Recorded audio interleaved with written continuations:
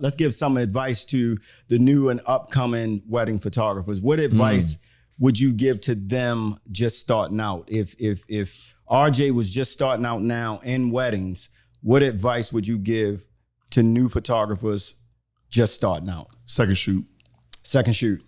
Okay. I think where I know in life, where I know a lot of us mess up is that we try to be grown early, but we don't understand the process of like the process of life in general. And the same works for photography and wedding photography, is that sometimes you try to be grown too early, and it's like you need to actually learn the process. Yeah. So let's talk about Peculiar Images, man, and the Peculiar Collective. How did you start it, and where do you see it growing to? So I started it back in 2019. Okay. 1 year before COVID. Yeah. It was crazy. It was almost, I know it was a godsend. We pretty much started as a workshop. I was like, man, I called Kelly and Raj. I was like, look, we're gonna do this. Yeah. And we went outside, did a little photo walk. People didn't know what photo walks were. Like we used to get the question all the time, what is a photo walk? What is a photo walk? It's like, you walk and take a photo. Yeah. Like, all right, welcome back to the Wedding Dreams Unveiled podcast. Today, we took the podcast on the road. Today, you know what we did? We came down to Annapolis to Peculiar Images Studio to visit my man, RJ. You know, RJ, you know him from Peculiar Images. Got a big thing going on out in the industry with the event that he puts on every year, and it's been awesome. So enough about what the podcast is about. Let me introduce you to my man, RJ. RJ, welcome to the Wedding Dreams Unveiled podcast, thank you so much, brother. Man. Thank you so much. Appreciate that, bro. Yeah, man. I'm glad you accepted my invitation, man. I got down here, you know, we talked about you coming to York to the studio, and you was just like, can you meet me halfway? And I said, whatever you need me to do, I'm ready to do it. Man, I'm by far appreciative of that, bro. For real, like, for real, man. Yeah.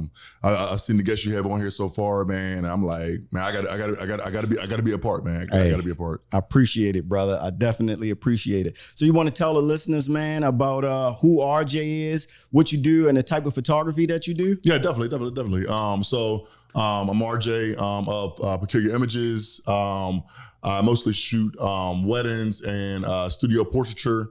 And I do quite a bit in the natural environment as well. But that's pretty much what I do, man. As well as I am one of the founders of the Peculiar Collective, which is a peer-to-peer learning platform where as though we bring together photographers from all over not only all over Maryland and DMV, but also photographers nationally and internationally. Awesome, man. That's great, man. Yeah, what you're doing, Peculiar Images and the Peculiar Collective is doing in the industry is awesome. You know, it's great, man, to be able to get like-minded people together all on one accord, man, and just to have fun in this thing that we call photography, man. Definitely, man. Definitely. Yeah.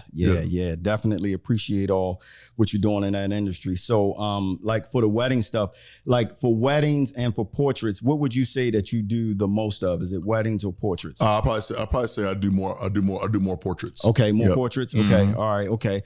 So, as far as like studio work and doing portraits, do you find that to be more appealing than the weddings, or is, you know, you find them, you like them both?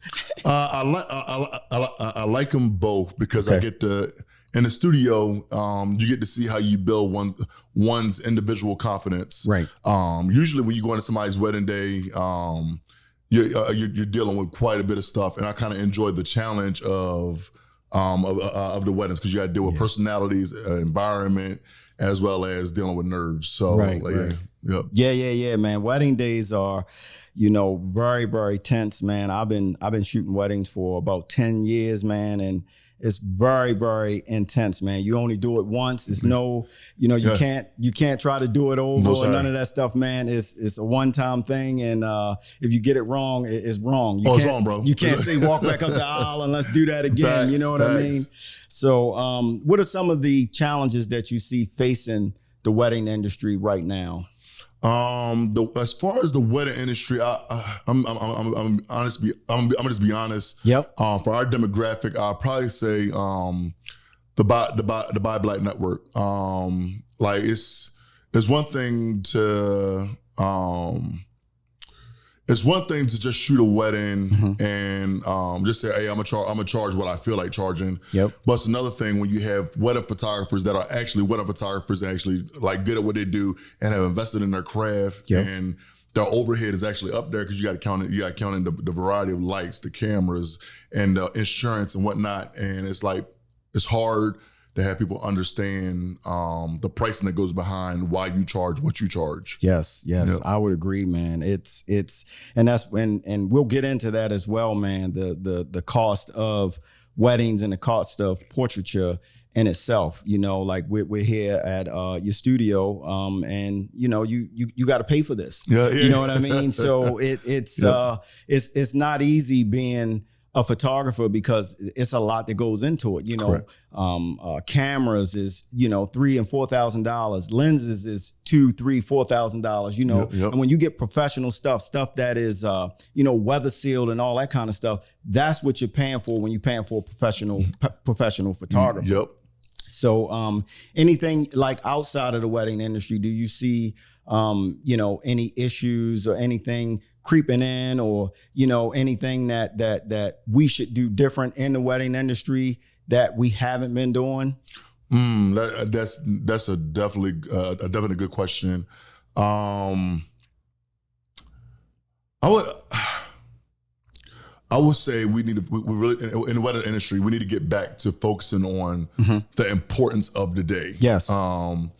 I think we look at the grandeur of weddings now, and it's like, all right, I want this in place, I want to have that in place, but and I want you to take this portrait and that portrait, but at the same time, are you really enjoying your day? Like this is the biggest day of your life, the biggest milestone of your life. Like if anything, you need to be concerned about just enjoying your day. And as photographers, I think the photographers that we're raising up in the industry, I think what we got to do is make sure we teach them about the storytelling component. Cause I think a lot of people are seeing some of the higher end names and they're seeing the portraits and they're like, I want to make sure I imitate that.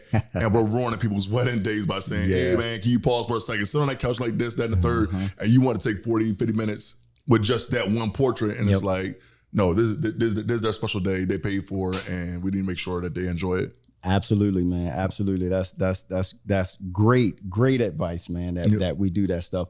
What is your favorite part of the wedding day? Like when you go to a wedding, when RJ gets to a wedding, what is your favorite part of the wedding day? Is it the prep? Is it the ceremony? Is it the reception? Is it the portraits? It's probably not the portraits because portraits is, a lot of people is just like, man, all right, man, the portraits, but what is your favorite part about the wedding day? I would probably say prep. Okay. I would probably it would be between prep and the end of the day when I leave. I'll probably, but most definitely the prep. I look forward to that because it's like you get to see the bride. Usually see the bride with no makeup, then you see her put the makeup on, and you start seeing her put on the accessories, and you kind of see the build up. I'm one of the ones that like. So right now, like I don't know if you follow my Facebook, but I have over 2 acres of property, and I cut it with a push mower. And I do it for exercise, but also I do it because I like seeing the progress of the process. Gotcha. Or whatever. So even and the same thing for weddings. I like seeing the progress of the process. Yeah. To see a bride go from I'm just walking into the hotel room all the way to I got my makeup on, I'm putting on my headpiece, I'm ready to put on my dress, mama's buttoning me up. I like that whole process is what is what I really enjoy. Yeah. No, I saw that post you were saying, I gotta get a rod mower. This is that's a lot, man. I got you, bro. I'm getting older. Yeah, that's a lot to push all of that. Bro. Oh yeah. My God, man. But my hat's off to you. Right. Is it like as far as like couples that are hiring photographers right now, photographers or videographers, is it any red flags you would tell every couple that they should watch out for, like when they are hiring their photographer or videographer? Is it any red flags that you would say, hey, if you see this, you may want to think about X, Y, and Z, or maybe look somewhere else? I'm just be honest. I think the number one red flag is if you got an uncle or a cousin that's volunteering to shoot your wedding. That's probably your number one red flag. And then I think what clients need to ask now is how are you delivering the images? If they're saying they're going to drop them images off to you in Google Photos or Facebook, or they're going to drop the photos off to you in Dropbox, like then it's like, all right. That's to me that would probably be a red flag. I need to know that the presentation for what I'm paying for. I need to know that the presentation is going to be top tier. So. Yeah. No, I'm with you, man. You know, it's again, you're getting back to all of the things that you got to pay for, and your CRM is one of the things that you got to pay for. Yep. And you want to make sure that you deliver on that, and that everything, you know, that everything looks great, and that, you know, because you know, when you send somebody something and nothing against the photographers who's delivering in Google Photos or Dropbox or any of that stuff. But what we're saying is the presentation on like a CRM is much better. Well, not a CRM, but just like some type of photography studio software. Yeah. You know what I mean? That you deliver that on. You know, it looks much better. They put it in a gallery. They make it look real nice. You know what I mean? And all that kind of stuff. Is it one particular one that you use over the other, or that you like better than the other? Specifically for weddings, I use PicTime. PicTime. I don't know how they do it, but it's just so. The presentation of it is just so smooth, and it allows you to create blogs from there, as well as create slideshows for your clients, and like right there in the software. So I definitely love PicTime. Hey, I'm gonna have to check that one out. I've been using Shootproof for a long time. Oh yeah, check out PicTime. Yeah. I've been using Shootproof for a long time, and we kind of geeking out right now. So this is for our photographers. Yeah.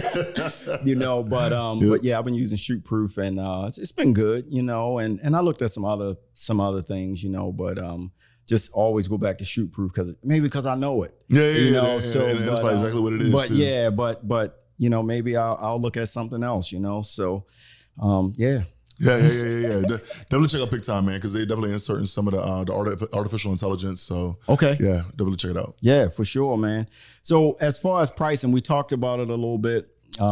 Just, you know, some of the industry pricing, and you went over some of it a little bit. What do you say to a couple that, you know, come to your studio, talk to you, have a consultation with you, and say, yeah, this is a little too expensive for me? What do you say to them to help them to understand the pricing and, you know, what we gotta do? I think it's a matter of just educating them on why they're hiring you. Yeah. A lot of times people need to know the insurance of why they're hiring you. And I know for me, one of the key pain points I tell them is that I've been doing this for a while. Yeah. Am I the greatest of photographers? Probably not the greatest of photographers, but at the same time, but you're really, really good though. Yeah. I'll take that. But the thing is that if something goes wrong, whether or not it's my equipment, or whether or not it's raining outside, or whether or not lights go out, or whatever, I have backup situations that I know how to work to ensure that there's no excuses for why the quality of your images isn't up to par. Like whether or not I'm bringing flashes, I'm bringing strobes, I'm bringing continuous lights. Not only that, I'm bringing ways where I can plug the lights in. I'm bringing batteries for everything like that. So that's what you're pretty much paying for, and that stuff. At the end of the day, that stuff costs money. Whether or not it's whether or not it's the back end with the CRM, whether or not it's the back end with the gallery delivery software, whether or not it's the cameras you have, the lenses. I mean, you mentioned it before. I mean, you think about it. The book bag I carry my equipment in alone is $400, bro. So it's I mean, and I don't do that just to take glory into buying expensive stuff. I do it to ensure that my stuff is protected and that like when I come to the bride's suite, my stuff ain't in 5 or 6 different bags all over your room or whatever. I want to be able to come in with my stand and my bag and be able to get the job done. So that's pretty much what's in the price. You getting my experience and the surety that I'm going to get the job done either way. Yeah, I had a photographer on, and we talked a little bit about that, and he said hiring a professional is like insurance. He said it's like insurance, man. Shout out to my man Scott Josewhite.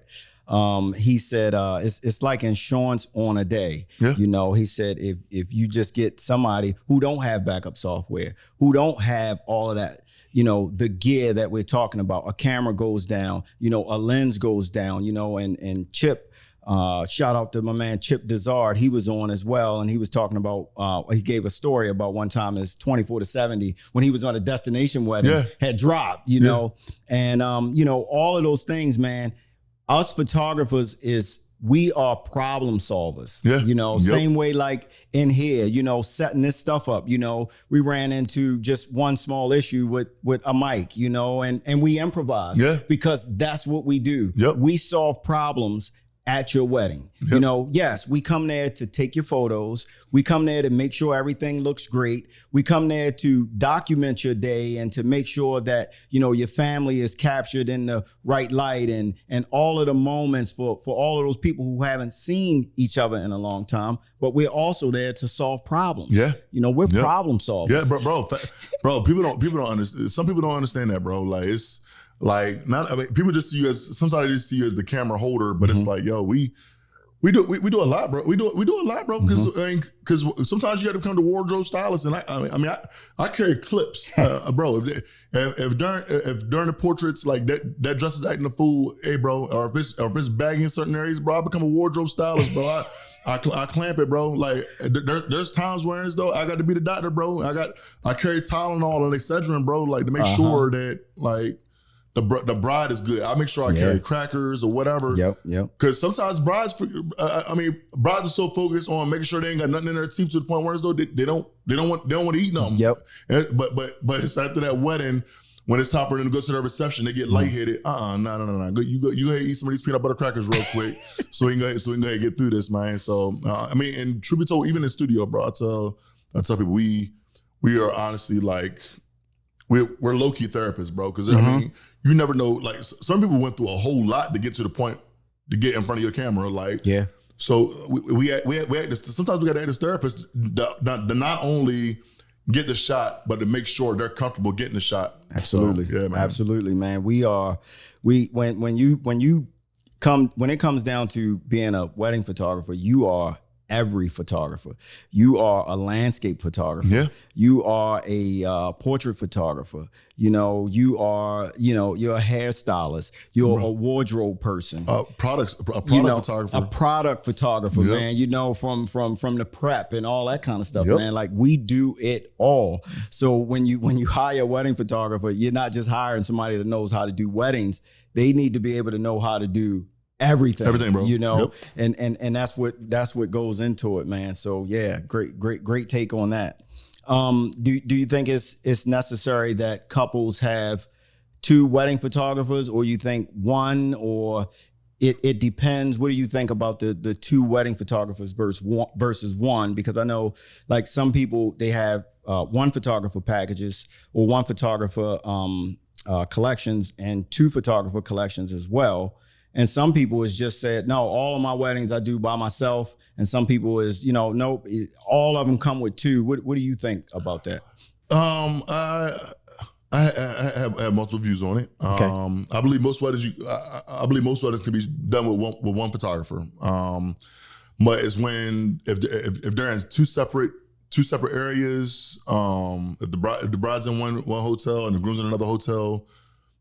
You definitely need two photographers, so you don't run your photographer ragged. Oh yeah. I would also say there's been instances that I've seen like, for instance, if someone wants to be published, the one thing I know for certain is that you have to get the details if you want to be published.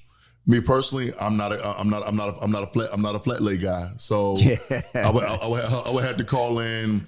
maybe a Sheena or a Kenny Clapp or a Miguel. So, and I've also seen situations where it's as though Kenny Clapp is that dude. Like he's overall just in general, in general that dude. And we call him in for the portraits. Cause sometimes if you got a large wedding party, bro, when you get these wedding parties that got 20, 30 people in it, it's like, bro, it's like, I know for me, I start sweating, bro. I start sweating a little bit. It's like how you do, but because Kenny has such a long tenure in this craft. I mean, he knows how to work just about any and every situation, man. So shout out to Kenny. Yeah, definitely shout out to my man Kenny Clapp, man. I spent a lot of time with him, and we've done, I don't know, tons of weddings together, man. You know, I learned a lot from that brother when, you know, back episode 2, we talked about when I started. He, you know, he just was like, bro, come on. He was about 4 or 5 years in. I was just getting started, you know, and you know, and we've been shooting ever since then together, man. So it's been great. I've learned a lot from him, though. You know, I've learned a lot from him. But yeah, man, flat lays can be a challenge sometimes, you know, especially if you ain't got the right table and, you know, you got to start making adjustments and all that kind of stuff, man. You know, I always, you know, I know hotel people hate when wedding photographers come in because we rearrange everything. Oh, thanks. Absolutely. We rearrange everything, man. So like the wedding portraits, we just talked about that a little bit. How long do you think it's if you was, you know, a couple comes into your studio and, you know, you're helping them with the timeline. How much time would you want to have for the wedding portraits, for family, portraits of the bridal party, portraits of the couple? How much time would you want to have? Oh yeah, I got you. I would probably tell them at least 35, about 30 to 45 minutes at least. Okay. Only because nowadays it's not just like when we say immediate family nowadays, it's a little different. Yes. Because I mean, of course you got to get the pastor in the shot. You got to find the groomsmen. You got to argue with the bridesmaids because they arguing because their feet hurt from the heels. Facts. You know what I mean? And it's like, and they sitting down somewhere and it's like, you need us now. It's like, then I just asked for the bridesmaids, cuz. Like, so, facts, bro. So it's like, I would say at least 30 to 45 minutes. And then you got to think that now, nowadays when you say immediate family back in the day used to be making sure the grandma, grandpa, mom, dad was in the shot. Maybe sister, brother was in the shot. But now, people want to bring auntie, uncle, cousin that think they like a mama, and godmama, goddaddy from both sides of the family. So it's like you need that. You need that extra time. You man. need extra time. Yeah. No, I'm with you, man. I had one photographer on that he does a lot of creative stuff, man, and he said that he said 2 hours. 2 hours. He said 2 hours because what he was explaining was that I want to have 30 minutes with the bridal party, 30 minutes with the family, depending on how big the family is. Yep. And then he said about an hour with the couple, depending on how creative they wanted to be. And I said, so are you saying 2 hours for the full thing? He said 2 hours for the full thing. And I was like, wow, man. 2 hours is a stretch. 2 hours is a stretch, bro. I don't even know if I want to do portraits for straight 2 hours, bro. Like, I mean, if I'll say this, if I was, it would depend on the environment. So for instance, if I'm in a vineyard, bro, like, I mean, I wouldn't mind an hour 15, hour and a half, maybe, because it's, I mean, it's so much to shoot in a vineyard, you know what I mean? So, maybe an hour and a half there, but 2 hours might be a little OC. I had another photographer was on. He said 90 minutes. Chip. Oh shoot! He said 90 minutes. He said, and he laughed after he said it. He said, "I know all of the planners is going to jump all over me for saying this." Yeah, bro. He said, but 90 minutes. He said, now they're probably not going to give us 90 minutes. He said, but if I had 90 minutes, it would be great. Yeah. He said that would be awesome if I had 90 minutes, and we laughed about it, and when I ask that question is because I always usually try to get 45 minutes to an hour. Yeah, you know what I mean? That's like you said, at the least 45 minutes, you know? So that's usually about the time I try to get. If I can get an hour, that's like a lifetime, you know what I mean? Because you can get it knocked out pretty quick and you can keep things short and concise, you know, and spend most of your time with the couple. But a lot of times, man, it to be honest, how long we get? 15 minutes? Yeah. You be lucky if you get that, man. Because I mean, one thing that messes up my vibe is when I think I got 30 to 45 minutes, and that planner comes after 5 minutes. Is like, how much more time you need? Like, girl, if you don't get, like, if you don't get out of here, yeah, man. So I just got started. I just got. Yeah. I mean, like, I mean, I tell people all the time, like, I talk to my boy Austin sometime, and I tell him, I mean, it take me a little bit to get warmed up. Like, let me get my sentence warmed up sometimes. Yep. And nothing irritates me more than once I'm finally there, you like. Oh, they gotta go. They gotta go. And it's like, man, come on, man. All right, cool. No, so, I'm with you, man. I'm with you. You know, it's 10 or 15 minutes and you know, it's been many weddings that we've been at, man. And you know, we looking and back to Kenny be just, look, we gonna take the time we need. Yeah. We're gonna do what we gotta do. You know what I mean? Facts. And that's what we do, man. And sometimes weddings run late. Yeah. You know, and we got a lot of great planners out there who can get those weddings back on track. Shout out to Tiffany, both Tiffanys, had them on toward the beginning of when the podcast first started.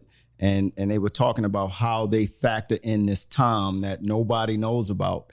But it's so when things happen, they can get caught up quickly without you even knowing, you know? So I was just like, wow, that's awesome, you know? Yeah. Because I don't know it from the planning side. I only know it from the photographer side and what we need and what we want, you know? So, but, you know, us photographers, man, we're with the couple all day.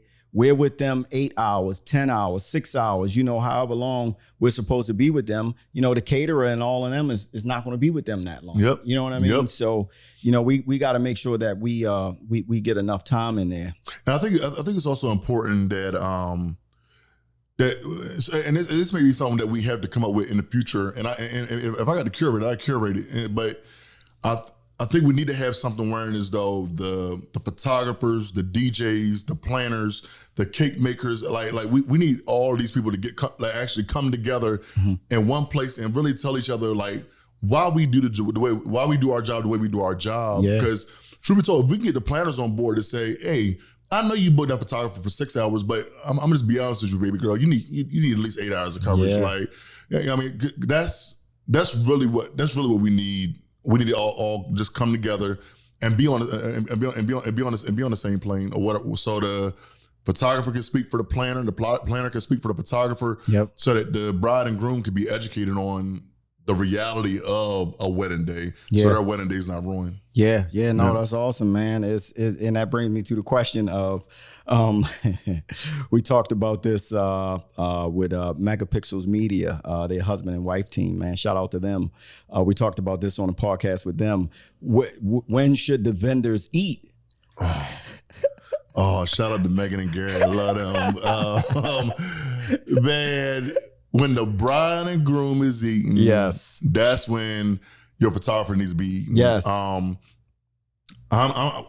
pretty much like as photographers, we are photographers, videographers. We are pretty much the low-key security for the bride and grooms. Correct. So we have, like while they're eating, that's their chill point. That's what we need to eat. Not after everybody else eat. You know what I mean? And I think when you ask that, I think when people ask, when you ask for your plate when the bride and groom eats, they take it as you trying to be selfish. But it's like, nah, I'm not trying to be selfish. But I mean, at the same time, like this is what legit makes sense. And once again, I think it's one of the things that planners as well as the caterers need to make known. Like, nah. If you're feeding your photographer and videographer, they need to eat when you eat or whatever. They ain't got to eat what you eat. Like if y'all got lamb chops and crab cakes and stuff. I mean, we might not get. I mean, it'd be nice to have it on our plate, but but at the same time, like make sure we eat when the bride and groom eat. Yep. Because they're gonna be starting stuff, toast and all that stuff, and then when they try to finally feed you, is when they're gonna be saying, all right, we're getting ready to start toast right now, and you just starting to eat, bro. You know? Bro, ain't nothing worse than like dipping your fork, boy, in that crab cake, man, and all you. And you hear, all right, I wanted to give a shout out to the bride and groom. Man, come on, no, man. Don't do me like that. Come on. Yeah. Oh, yeah, man. Awesome, man. What is some advice? Let's give some advice to the new and upcoming wedding photographers. What advice would you give to them just starting out? If RJ was just starting out now in weddings, what advice would you give to new photographers just starting out? Second shoot. Okay. I think where I know in life, where I know a lot of us mess up is that we try to be grown early, but we don't understand the process of life, like the process of life in general. And the same works for photography and wedding photography is that sometimes you try to be grown too early, and it's like, you need to actually learn the process. Yes. Like, don't get me wrong. Like, there's some weddings I shot for free, and there's some weddings I shot for like low cost or whatever, or low investment. But it's like, my goal was to learn that process. Yes. Like, what actually worked? Like, what kind of suite should I recommend that the bride go into? Well, like, when should I really show up? Should I show up before the bride's makeup, or should I show right up in the middle of her makeup, or ready to end of her? Like, it's understanding the process all the way from pre-wedding all the way to the end of the reception, all the way to them walking through glow sticks or whatever. Like. You need to understand the process. You need to learn the psychology of the day, because there's a lot that happens in the day. There's people that get attitudes. There's people that's gonna get frustrated. There's people that's gonna get on your nerves. And you need to know you need to be able to see the photographer that's been doing it for a while, how they operate, and how you can operate either like they operate or how you can operate better than they operate. So second shoot. No, listen, bro. I agree with that 100%, man, because it's so much that go on with the day, and if you don't know what's going on, you can really mess some stuff up, or you're not in the right place at the right time. Like, you don't know when they're about to do rings, you don't know, when they're about to, do toast, or at what point toast should be coming up, and you're at the wrong place, or so definitely. Second shoot, man. And second shooting is fun. Because all the pressure is not on you. You know what I mean? It's fun because you don't get all the pressure. So having that second shooter, man, is so much fun. Facts. So much fun. As far as like insurance, let's talk about that a little bit. Photographers and being insured, because if a light stand falls on somebody, I always use that scenario, man, because I've seen it time and time again where they're dancing so hard that your light stand is over there like just jumping. Oh, jumping, bro. So as far as insurance, how important is it for photographers to have insurance? And also, should wedding couples make sure that their photographers have that insurance? I do, like, it's not no possible, like possibly should have, or you should consider. No, you gotta have insurance, man. For yourself as well as for that day, man. Like, I can't lie. Like, when we go in these venues, man, these venues spend a lot of money on this stuff, man. And like I don't want to be responsible for it, bro. I lied to you not. One day, I sweated from almost the accident of making the accident. Back then I was shooting a Canon 5D Mark III, and I had a 7200, and I'm sitting there shooting, bro. And the good thing was, like, I was almost like, I was holding the camera with both hands. And bro, I leaned over the banister to take the shot below, and I'm like, yeah, I got it. And bro, like, I felt my arm wiggle a little bit, bro. And come to find out, bro, the lens was not even fully attached, bro. Ooh. So like, from being 3 floors up, like, I just want you to imagine what that could have looked like if that lens fell down 3 floors and either hurt somebody or broke something. You feel me? So it's like Wow. you want to make sure you have that insurance, man. That insurance piece, like that insurance piece is serious. I mean, even for your own gear, bro. Like there's a lot of stuff that can break. I used to shoot pro photo speed lights. I only use pro photo in the studio now, but they're expensive.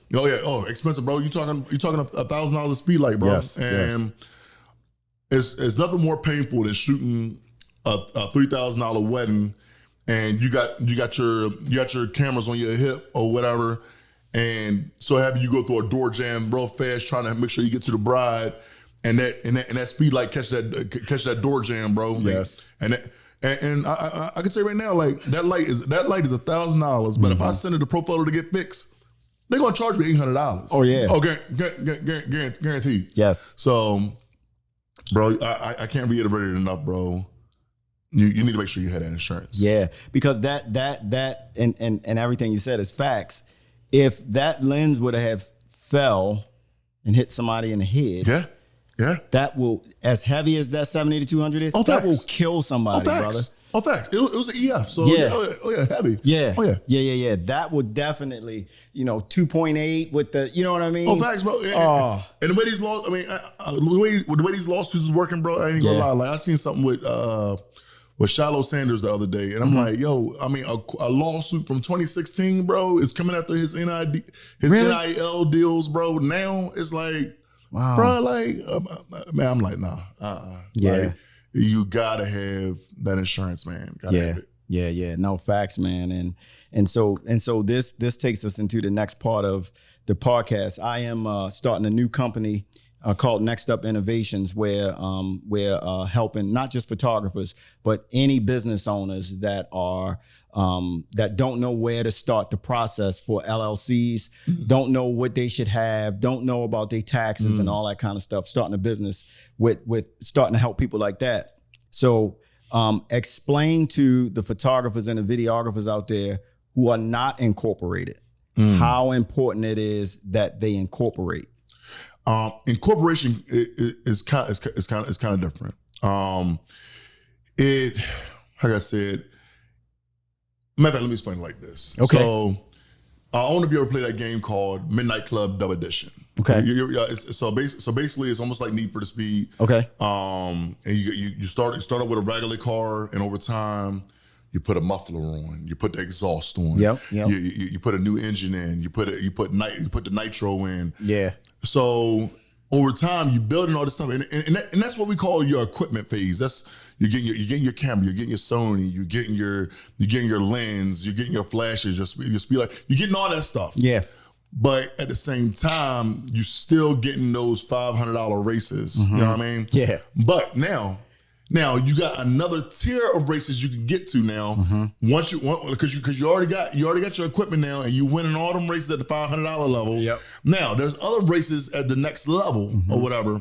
Now that's when we get to the incorporation a little bit, because what happens now is when you get that incorporation, now you're able to scale up. Yeah. Because you're able to get on different vendor lists at that point. Absolutely. Because my thing is Mike Jones, just Mike Jones can he can operate right down here with the homies. You know what I mean? Like you can get those little weddings. Hey, can you shoot for me, Mike? Like you can get it then. But at the same time, when you scale up and say, back then you ain't know me. Now I'm how you all on me. And you incorporated up here on the $1,000 level. You're able to scale. So long story short, you're able to scale up. You know what I mean? So right now I'm working with a few universities, and it's like my name by itself couldn't get me to do that, because absolutely it requires you to be a business and be incorporated. So that alone is a prime reason why you should consider being incorporated. Yeah, and it goes along with the incorporation, man. Goes along with the insurance part of it. Incorporate and also have that insurance. Yep. So that way you have that security of knowing if something happened, all right, well, I do have some type of insurance, and also when you buying all that gear, when you're not incorporated, you can't write none of that stuff off. Nah, bro.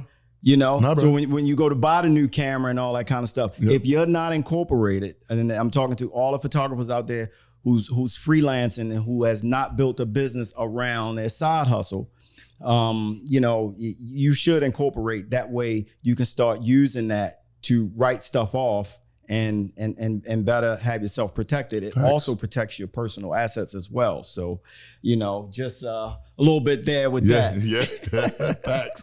Facts. So let's talk about Peculiar Images, man, and the Peculiar Collective. How did you start it, and where do you see it growing to? So I started it back in 2019. Okay. 1 year before COVID. Yeah. It was crazy. It was almost, I know it was a godsend. We pretty much started as a workshop. I was like, man, I called Kelly and Raj. I was like, look, we're gonna do this. Yeah. And we went outside, did a little photo walk. Mm-hmm. People didn't know what photo walks were. Like we used to get the question all the time, what is a photo walk? What is a photo walk? It's like, you walk and take a photo. Yeah. But and we did that. We did in classroom stuff, and we used the we was inside of a church, man. I said it before, man. We sat there. All we had was cupcakes and chicken sandwiches at first, man. It was 11 of us, and from there, we was in a group chat, communicating all the time. And what we realized was that with that small, intimate conversation, we was able to be transparent and insert reality into the room. Sometimes back then you kind of get the knowledge, but it was a little sugar coated. It didn't have that blend of reality mixed in. Yeah. So I asked them. I said one day, man, do y'all want to do a Facebook group? And they was like, I don't want to do a Facebook group, man. I want to be able to. I want to be able to crack some. I want to be able to crack some jokes. I want to be able to like joke around and still learn from y'all. And they was like, all right, skip it. Let's go ahead do it. Mm-hmm. And from there, bro, like we grew from that 11. And this week, we hit 1,800 people in the group. So shout out to the collective, man. But where I see us going, is I don't know if people could be able to really fathom it for real. I'm just be transparent with some numbers real quick. So mind you, I can show pictures of it in the future. Yeah. We started in the room of a daycare inside of a church. And I'm super thankful for the church. Shout out to New Dimensions in Salisbury. Yep. But we was in that room. We had about we had about 5 or 6 tables. It worked for the time being. We had it. It was good. Yeah. But now, this year in 2024, we're walking into the Marriott BWI. Yes, sir. And we're not just asking for one salon. Like when we walked in that room, we knew what we was walking into. We said we want the whole area. The for 2 whole days. thing. The whole thing, Doc. Don't. Yeah. And that's how I'm carrying in life right now, bro. It's like I don't want a piece of it. I want the whole thing, Doc. So with that, for the future of the collective, do I foresee us being in a Marriott or BWI? Probably not. Mm-hmm. My goal is so matter of fact, all right, so I'm gonna share these numbers like I said earlier. Yeah. We wanted to be somewhere else. We wanted to we were looking at a spot in DC, mm-hmm. and I was looking. I was like, man, this spot looked nice, man. And it's like, I would like to be there. So we hit them up, like, man, like, can we get it? Like, we see the numbers, like, can we get it? Yeah. And they send the numbers back, and bro, by the time they added in them fees, bro, no lie, mm-hmm. like they wanted. I think it was like $97,000. Wow. We ain't even talking food yet, bro. Yeah. We just talking renting the space. Yeah. Like, you know what I mean? And so from there, you know what I mean? It's the foolish things that confound the wise. And it's like, you know what? If I was able to take that $97,000 mm-hmm. and look at it and consider it and say, you know what? We might be able to actually do the $97,000 just to be in that space. Yeah. In my mind, if you ask the question of what do I see for the future of the collective, mm-hmm. I believe we're able to reach a place where as though we're able to actually put the money down on our own facility, wearing as though we're able to host a conference in a Peculiar Collective space, wearing as though it's like a large space. Not only have it for 2 days or 3 days, but have it for the entire year or the entire decade. You know what I mean? So it's not what we see right now. What y'all see right now is only only a morsel of what I foresee the collective having in the future, man. So I mean, shout out to the collective once again, man. Like it's the sky's the limit, bro. I'm just being honest. The sky's the limit. Don't be surprised who y'all see come in the group, man. Like I tell people all the time, the people who you see as our competition, I don't see as our competition.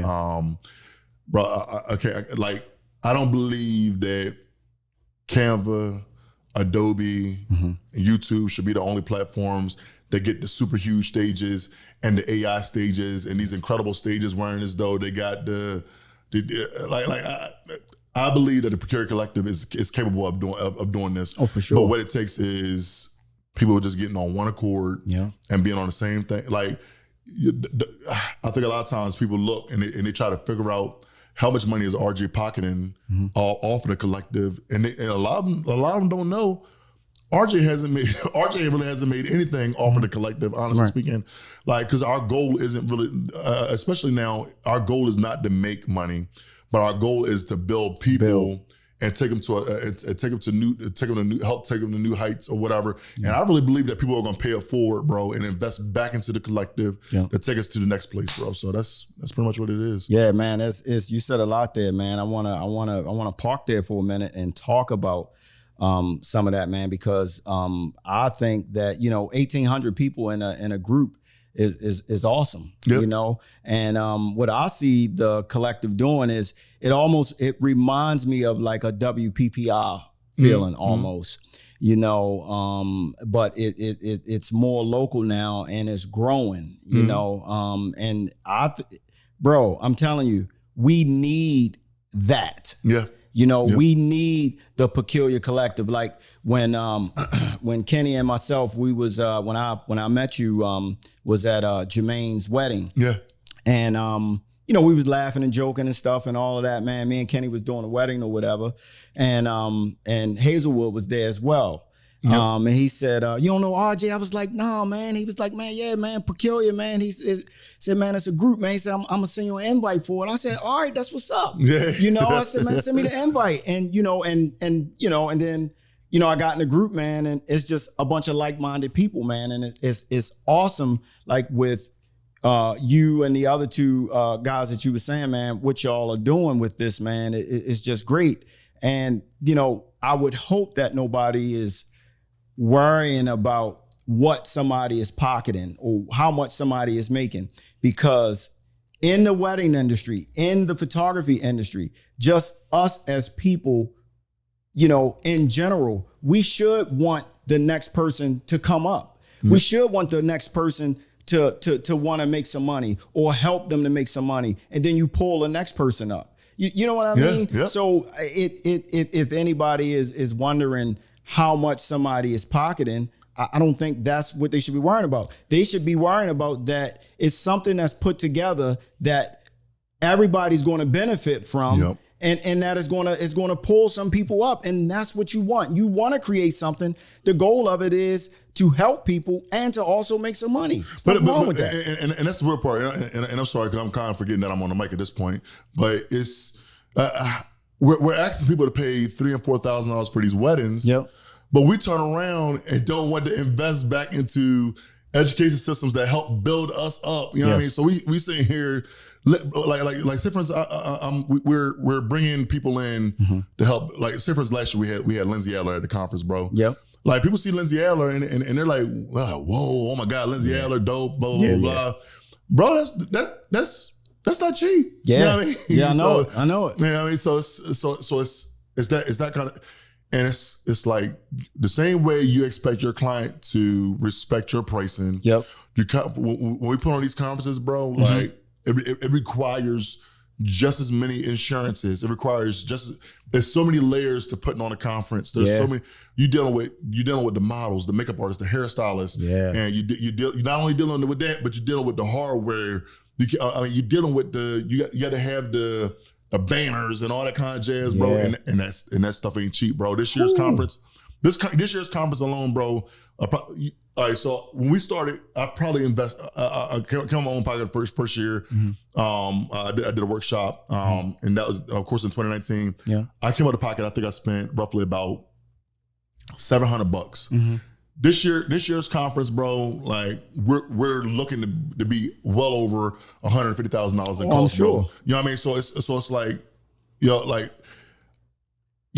when we ask for, hey man, go ahead get your ticket, and the thing about it is too, bro, is it's hard getting people to buy their tickets early as well. You know what I mean? It's people don't understand, like, yo, when you planning this kind of stuff, it's hard to plan when you don't have solid numbers. Yes. You know what I mean? So like it's one thing when you got 80 people that already got tickets in January. Another thing when you know that everybody bought their ticket in April or whatever, and it's 300. You know what I mean? So like, cause we know how to plan like that. You know what I mean? But yeah, man, Yeah, I'm look, bro, God willing, I'm definitely gonna be there. Man, you ain't got no other choice, man. I'm definitely gonna be there, man. I got to be there. You know what I mean? I missed it last year. I forget where I was at, but I missed it last year when I came back and I saw all the pictures and all the videos, and I was like, I missed it. Yeah. You know what I mean? I called Kenny. I said, bro, we how did we miss it? And he was like, man, So this year, man, it's. I'm there, bro. God willing, I'm gonna be there, bro. And God's gonna let you be there, Doc. Yeah. And shout out to Kenny. Kenny's speaking this year. This being his first year speaking at the conference. So wonderful, man. I'm definitely happy about that. And this year's conference is gonna be different because we just didn't want to have people coming in showing how you can do this magical stuff with gels and lighting and whatnot, but we wanted to help people elevate their business this year, and that's the key thing we're focusing on this year. Is make sure we show people the art of storytelling. Yes, showing people how they can like do some dope. Of course, we're gonna have the photo walks and the shooting and whatnot. Cool, but we also want to make sure we help people build with their workflows, automations, budgeting, bookkeeping, all that kind of jazz. This year at the conference, like it's gonna be different this year. That's definitely the goal, man. Automation, man. That's like this new business I was just telling you about, Next Up Innovation, man. It's not just for photographers, man, but it's going to be for anybody who has a business, how to automate things, how to, get your email marketing up. All of that kind of stuff, man, is what this is going to be focused on because, once you learn a craft, you got to know how to sell the craft. Yep.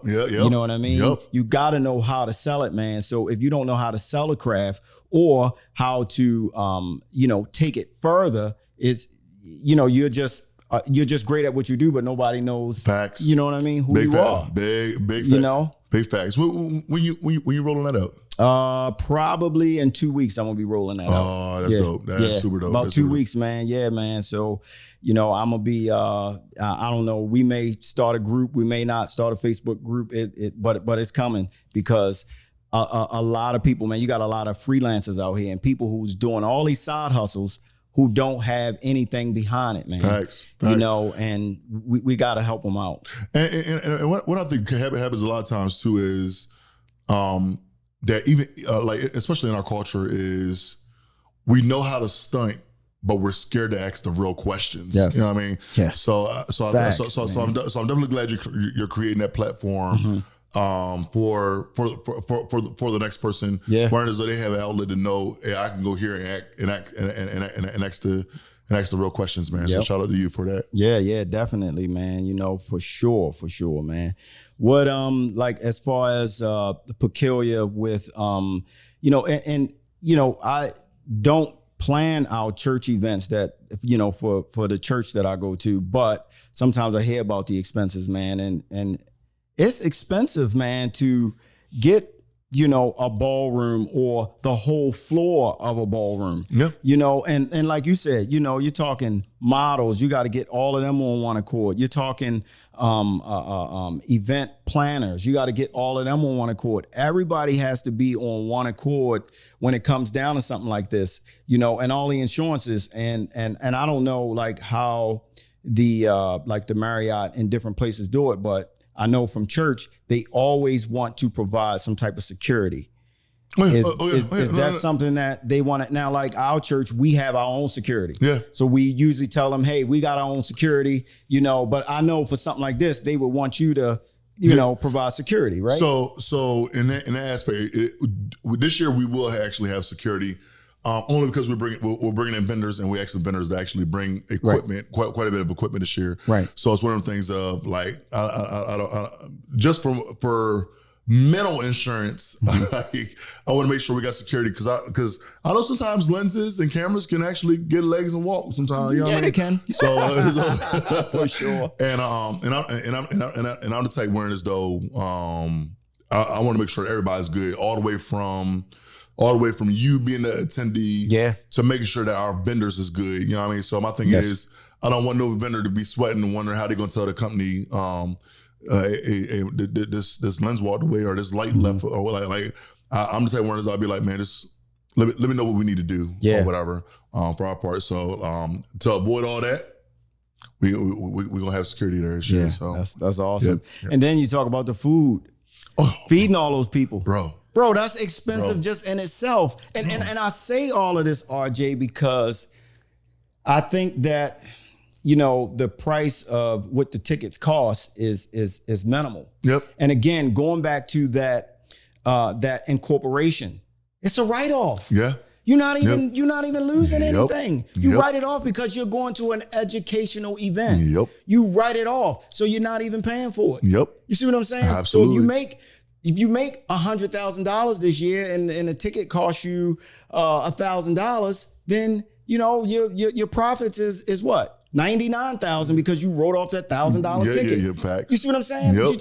You can write it off. So I'm saying that to say to everybody, if you're listening to this podcast, if you're in the Peculiar Collective, make sure you get the ticket. Yeah. It's something that we should do. We should support it, for something that, that RJ and who the other two brothers, what's their name? Oh, so basically we got a whole team. So it's me, Sheena, Nate, Costin, Kenny Magruder, and then we got Kiati Plukes is our consultant on it. So yeah. All right, cool. So shout out to the whole team, man. Yeah. You got to keep everybody on one accord. You got to have meetings. Stuff is not cheap. So I would say to everybody, grab your tickets. Grab your tickets right definitely. Now. And use it as a write-off. It's an educational event. If you didn't know, it's an educational event, and you should write it off on your taxes. Yep, absolutely. If you're incorporated. If you're incorporated, you write it off. So that's great. What type of is it anything else you want to talk about the Peculiar Collective? We got some trainings coming up, man. We got some all kinds of events coming up, man. So I just recommend they come in the Facebook group or go to our website, peculiarcollective.us, man, and check us out. Because we got there's a lot of stuff in the works, man. That's all I can say right now. But yeah, there's a lot of stuff in the works, man. That's awesome. That's awesome, man. It's like I said, it's needed, brother. It's definitely needed. Definitely, man. It's by far needed. And you brought up WPPI before, man, and it's one of the things of it's about the education, but it's even more than that. It's networking. It's that networking piece. Yeah, you know man. what I mean? Because you're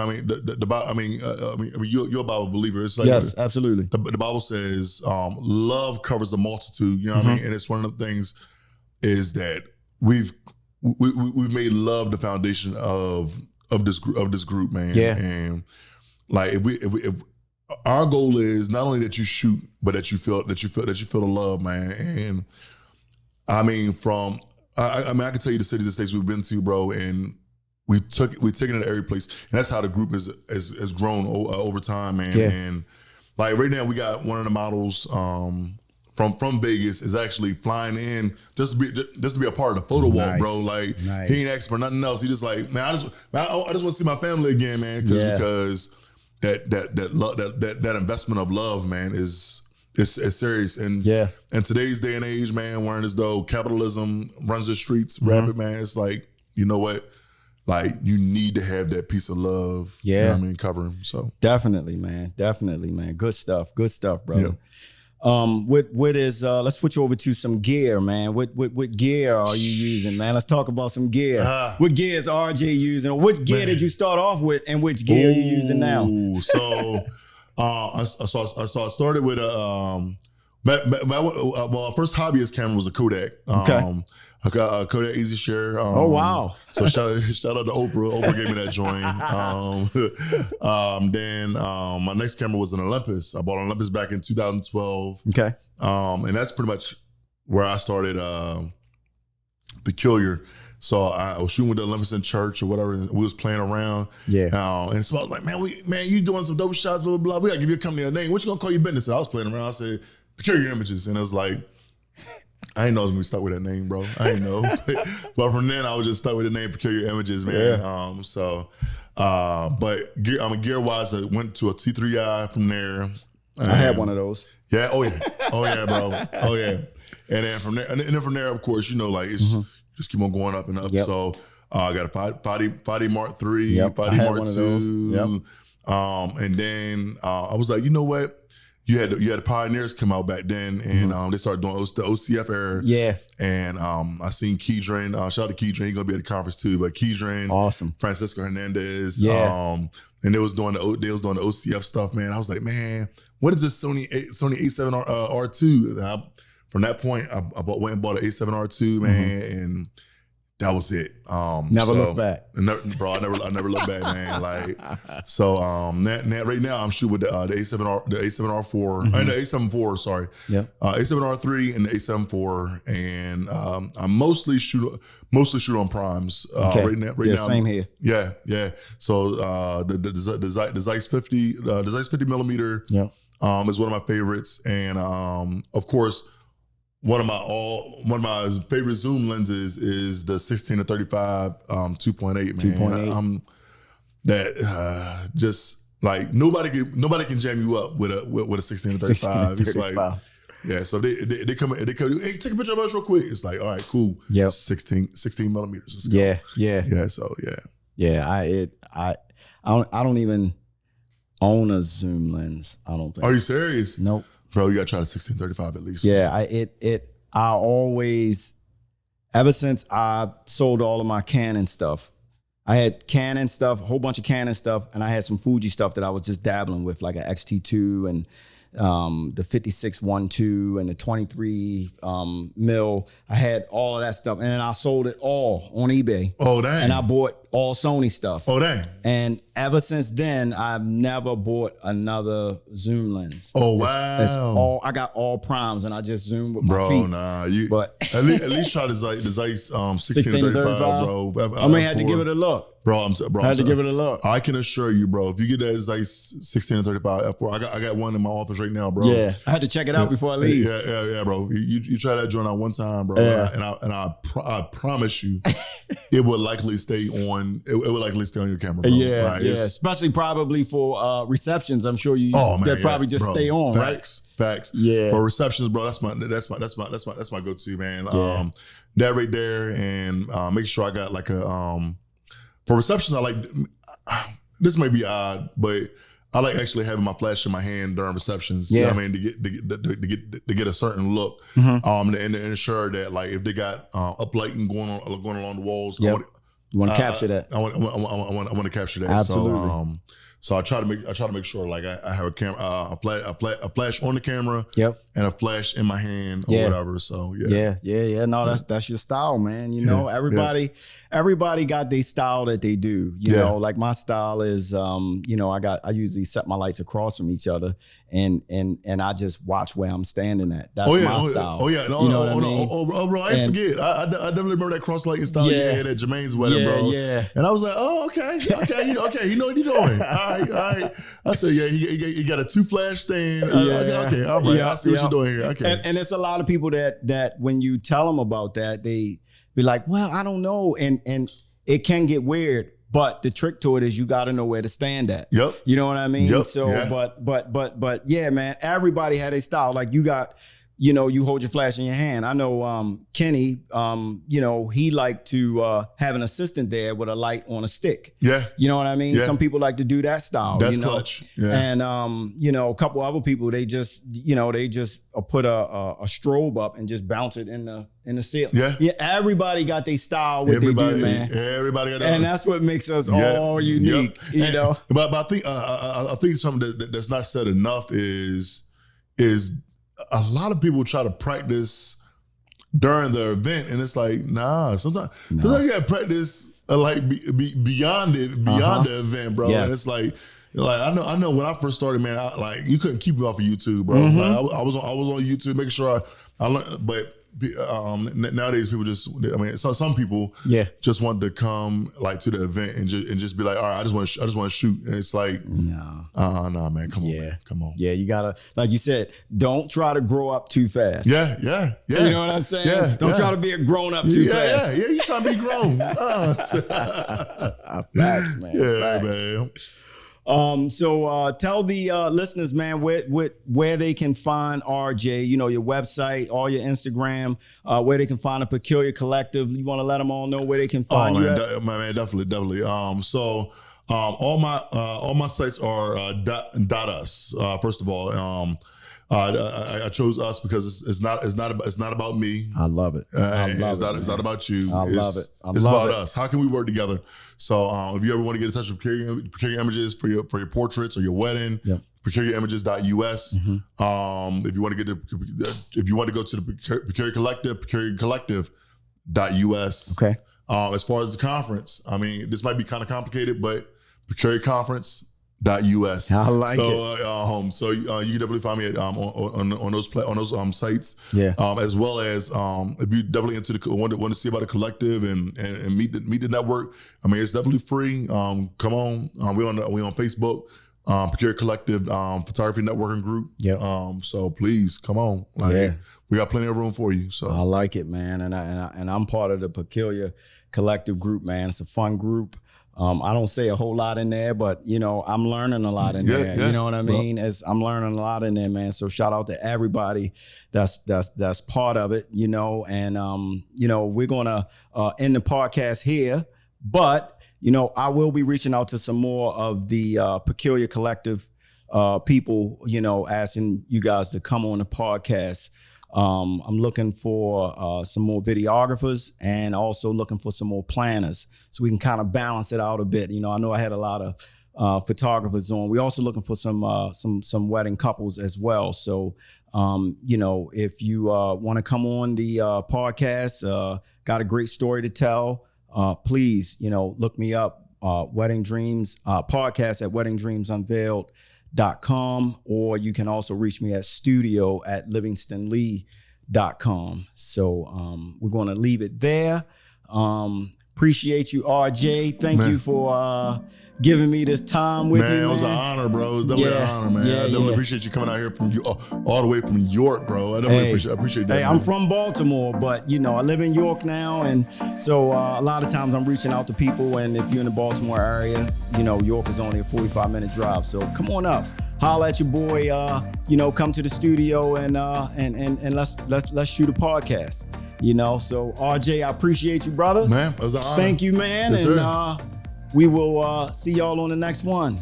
Peace out, and thank you for listening.